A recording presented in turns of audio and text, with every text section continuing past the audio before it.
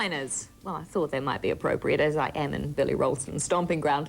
I came to Wellington tonight for blood, guts and gore, not political hot wind. Yes, the Kiwi film Braindead has its New Zealand premiere tonight, and I just had to be here, simply to see who would come to a film that redefines our conceptions of bad taste.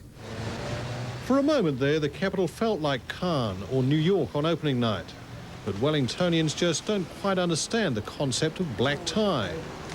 Director Peter Jackson had a black shirt. Braindead? My word, You're not. You're not, Sid. Yeah, but I thought this was Batman Returns. We've come to the wrong cinema.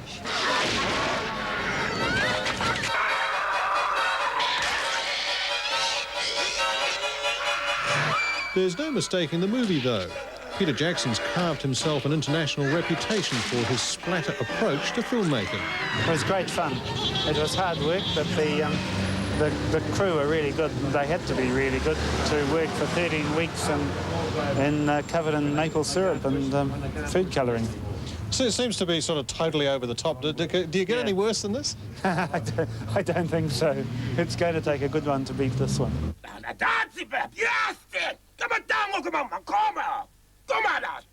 Bill Ralston didn't beat the natives. Despite this amazing display of marksmanship, he bought it early on. Expecting his second child any day now, did it seem funny taking part in a movie she won't be allowed to see for another 16 years? I know, it's bizarre, isn't it? I brought Ginny here. She's 10 days overdue. I reckon the sight of Braindead will bring it on halfway through the movie, except no one will notice because there's so much gore in it. Braindead makes childbirth look sort of clean and sterile, really.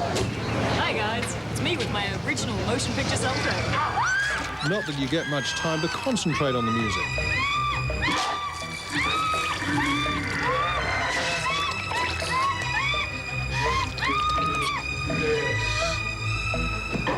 Lead man Timothy Balm thought it was going to be a compassionate love story.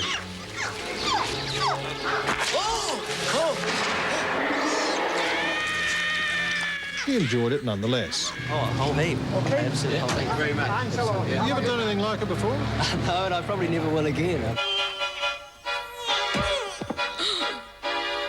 Timothy Balm won Best Actor Award at Rome's Fanta Film Festival. How does he reckon he'd go on raising real children? No,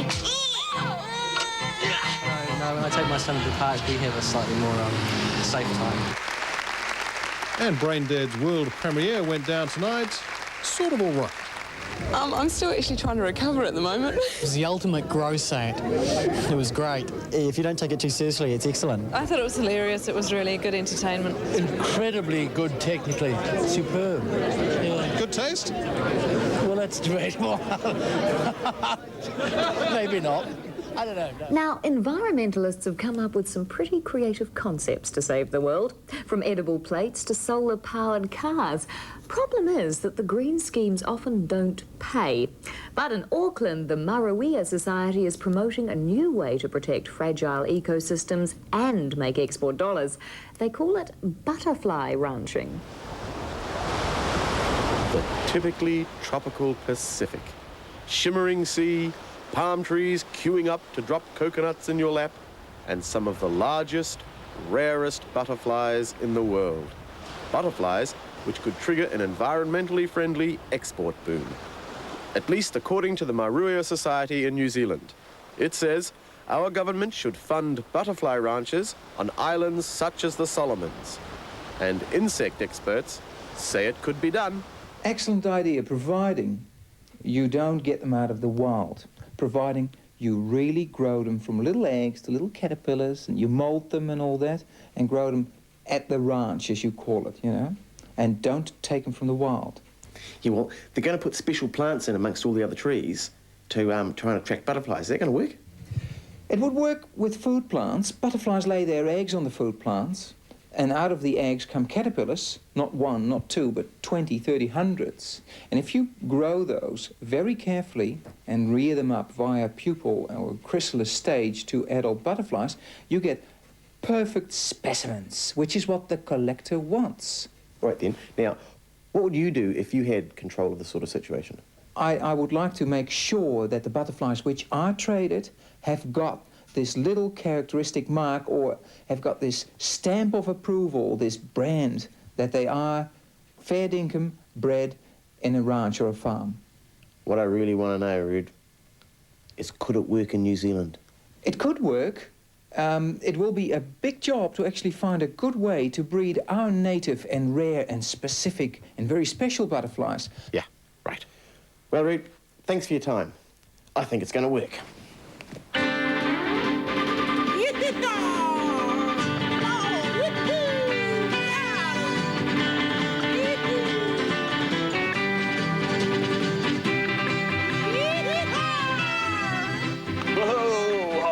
Well, catching them's real easy, but I'm danged if I know how I'm gonna brand these little suckers. Come on, horse!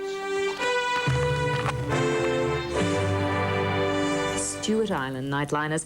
It doesn't exactly conjure up images of Club Med and hot holiday shopping, but it does hold many surprises, including our Kerry Woodham, who's been down there sitting in a pub, on assignment. You see, she claims to have discovered the southernmost brewery in the world.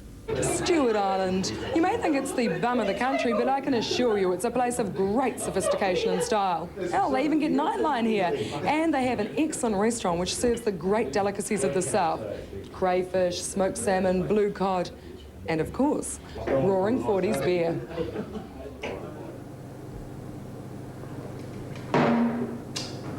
It's good.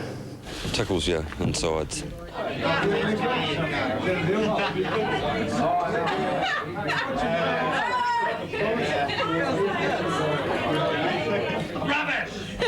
not for me. Nah, tastes all right, eh? I quite enjoy the odd drop of it when I'm over at the island here. After work, of course. Of course. Must have been turbulence, surely. Lloyd Wilcox is the man behind the Roaring Forties brew. Well, he doesn't have a lot of experience. Well, northern brewers tend to spend a lot of time and effort into being brewers. I had the fortune of going to Auckland and spending 3.5 days, and I can't help feeling that I've achieved what some people spend 3 generations doing, I think. His year-old label is earning a formidable reputation. A lot of tourists really enjoy trying it because it's a local product and they've heard a lot about it. Splendid. Splendid. I'll say that again. Splendid. Looking forward to having a go at it. Roaring Forties is the world's southernmost brewery, and Lloyd reckons there's a couple of reasons why the beer's so special. The water. Right, we bring our water from 90 feet down, and it is the purest in the land. And the lack of science. Northern brewers tend to pitch these down here. We chuck it in. I think that's part of the secret. Drinkers from all over the world are singing its praises. Maybe because Lloyd was shouting. Cheers. Maybe just because the beer's good. I feel refreshed after that. I think it's the best beer I've ever tasted. It's better than anything I've had for a long time. And when you wake up in the morning, you know you've had a beer. Not everyone thinks the ale is heaven's nectar. Roaring Forties beer, what do you think of it? Shit. Well, the locals like, but I can't stand the stuff, eh? But a hobby for Lloyd has become a thriving island industry. And hell, the stuff tastes great.